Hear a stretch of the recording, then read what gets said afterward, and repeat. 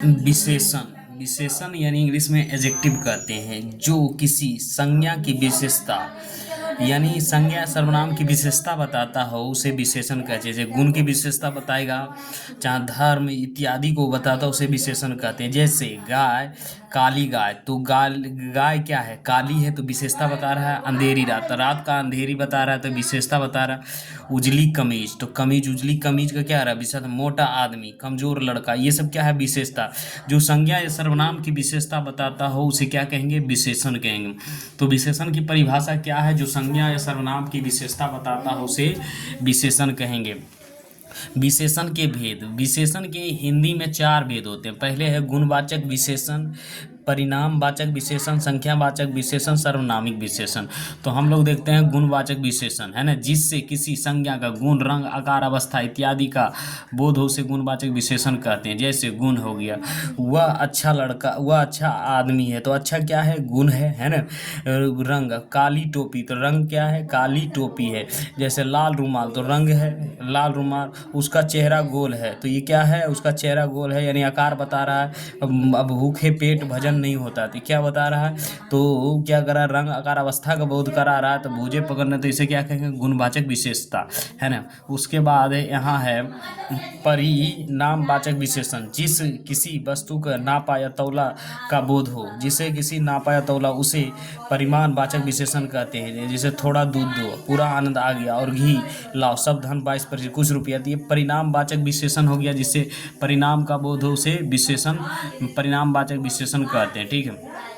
उसके बाद संख्यावाचक विशेषण, जिससे किसी व्यक्ति या वस्तु का संख्या का बोध, उसे संख्यावाचक विशेषण। जिससे 4 रुपया 2, महीने के 30 दिन होते हैं, तो ये क्या है, संख्या का बोध और संख्यावाचक विशेषण कहते हैं। उसके बाद सर्वनामिक विशेषण, किसी संज्ञा के पहले आने वाला सर्वनाम को सर्वनामिक विशेषण कहते हैं। जैसे कौन विद्यार्थी अच्छा है, तो कौन क्या है, सर्वनामिक विशेषण। कोई पुस्तक लाओ, यह पुस्तक अच्छी है, वह नौकर नहीं आया, तो ये क्या है, सर्वनामिक विशेषण। अब प्रो विशेषण, तो प्रो विशेषण का हम लोग देख लेते हैं ना।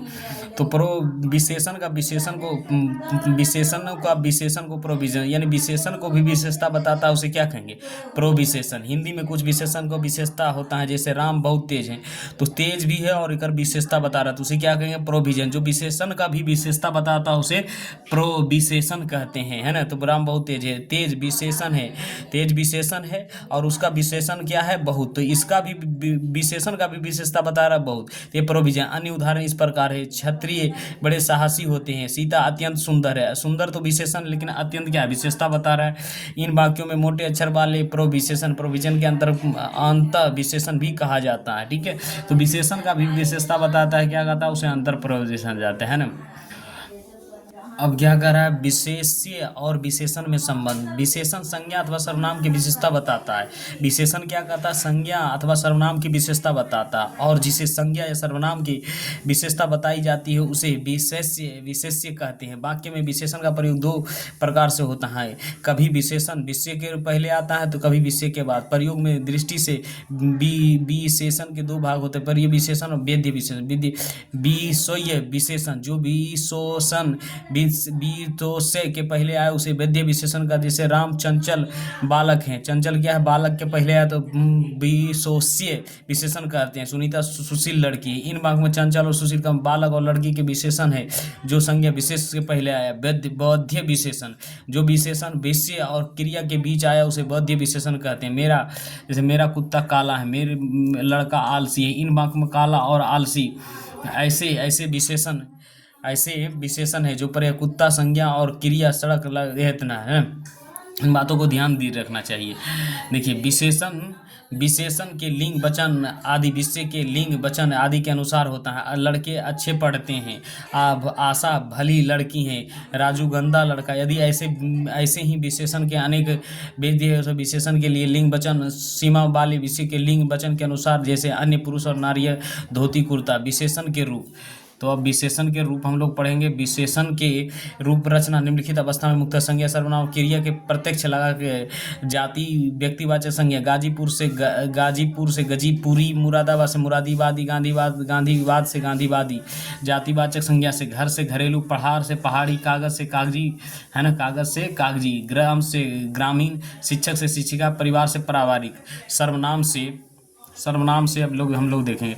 सर्वनाम से यह ऐसे सर्वनामिक विशेषण है, यहाँ से इतनी संख्यावाचक विशेषण, यह से इतनी परिणामवाचक विशेषण, जैसे प्रकारवाचक विशेषण, संख्यावाचक विशेषण, जितने परिणामवाचक विशेषण वह वैसे सर्वनामिक विशेषण एवं संख्यावाचक विशेषण उतना परिमाणवाचक विशेषण।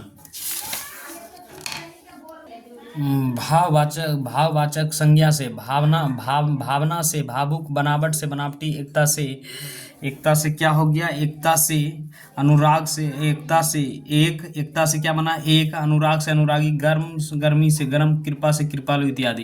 क्रिया से चलना से चालू, हंसना से हंसौड़ा, लड़ना से लड़ाकू, उड़ना से उड़ाकू, खेलना से खिलाड़ी, भागना से भगोड़ा इत्यादि होता है क्रिया। अब हम लोग पढ़ेंगे क्रिया, है ना। तो क्रिया किसे कहते हैं, जो भी हम काम करते हैं उसे क्या कहते हैं, क्रिया कहते हैं। जितना भी हम काम करते हैं उसे क्या कहते हैं, क्रिया कहते हैं। कोई भी आप काम कर रहे हैं जीवन में उसे क्या कहें, क्रिया। जिससे किसी काम होने का बोध हो उसे क्रिया कहते हैं। या अपने मूल रूप धातु से बनती है। या मूल रूप हमने क्या बनती है, धातु से। धातु के आगे ना लगाने से क्रिया का नाम भाववाचक कृदृत संज्ञा बनता है। होना था सो हो गया, यह हो गया क्रिया है, जिसमें धातु क्रिया का होना क्रिया का नाम कर्ता के रूप में है, ना कि किदंत लगाने से बनता है धातु, है ना। धातु क्या है, क्रिया के मूल रूप। क्रिया के मूल रूप को क्या कहते हैं, धातु कहते हैं। धातु क्रिया पद के उस अंश को कहते हैं जिसे क्रिया के प्राय सभी रूप में पाई जाती है। उदाहरण चल से क्या बनता है, चल क्या है, धातु है। तो चाला, चलूं, चली, चलूं, चलो, चले, चलूंगा, चलेंगे, चलेंगी, चलेंगे, चलिएगा, ये सब क्या है, क्रिया। धातु चल है, लेकिन ये सब क्या है, क्रिया का रूप है, अंश है कहते हैं, है ना। इत्यादि धातु में आ, ई, हर्ष, ही ये अलग क्रिया के विभिन्न रूप बनाए गए थे। देखो, खाकर खा, देख में धातु है, देखांगे, देखागा, देखेंगे, देखते हैं इत्यादि। पा धातु है, पाना, पाया, पाता, पाएंगे इत्यादि सब क्या है, इसमें धातु है, धातु, लेकिन इसका रूप बदल दिया है ना।